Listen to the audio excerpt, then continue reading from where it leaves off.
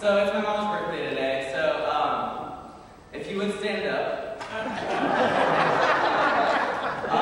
Her name is Stacy, and we're going to be singing her happy birthday.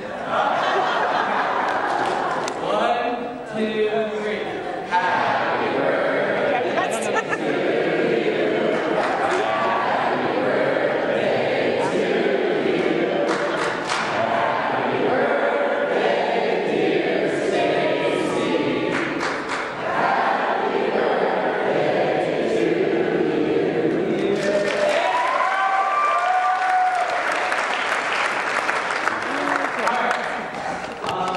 Well, that has nothing to do with what I'm going to be talking about. But, so, as I mentioned earlier, Jesus does change lives. We read this in the New Testament, where he heals the weak and feeds the hungry. And hopefully, if you grew up in church, you would know this by now. But he's still doing this in modern times.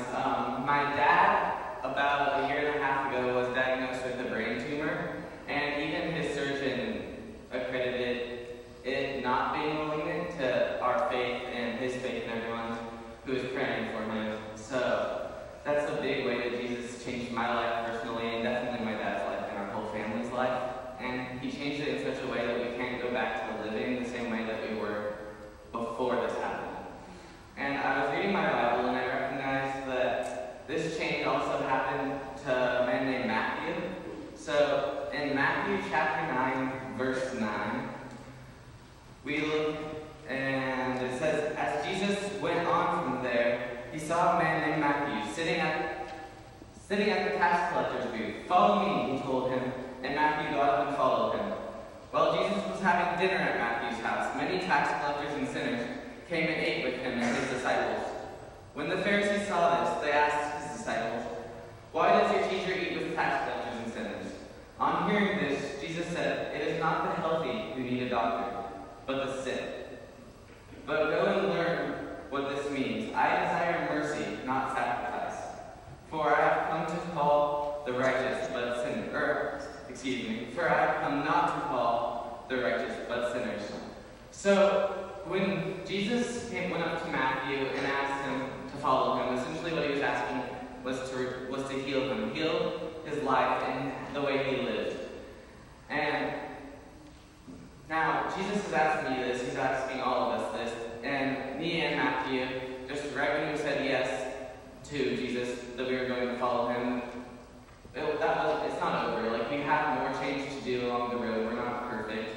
And, but it's just a big step and it just shows how Jesus changed us. And, Matthew was not well liked. He was a tax collector, and he's looked at as a traitor by his people.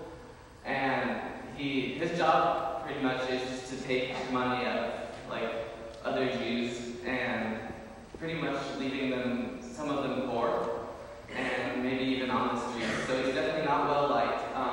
And we look and see who he's having dinner with. He's having dinner with other tax collectors, and it says sinners. And in the Message, which is another interpretation of the Bible, it says crooks. And so we look, and he's hanging out with some bad people. All is not right in Matthew's life. And this man comes up to Matthew and says, follow me. And his life has changed forever. And Jesus is asking you guys the same thing. Every day he's asking you guys to follow him. And if all is not right in your life, if you have a job where you're leaving people homeless and on the streets, or if you have a group of friends that you're hanging out with where you're getting involved in things which you shouldn't be getting involved with, essentially what we are doing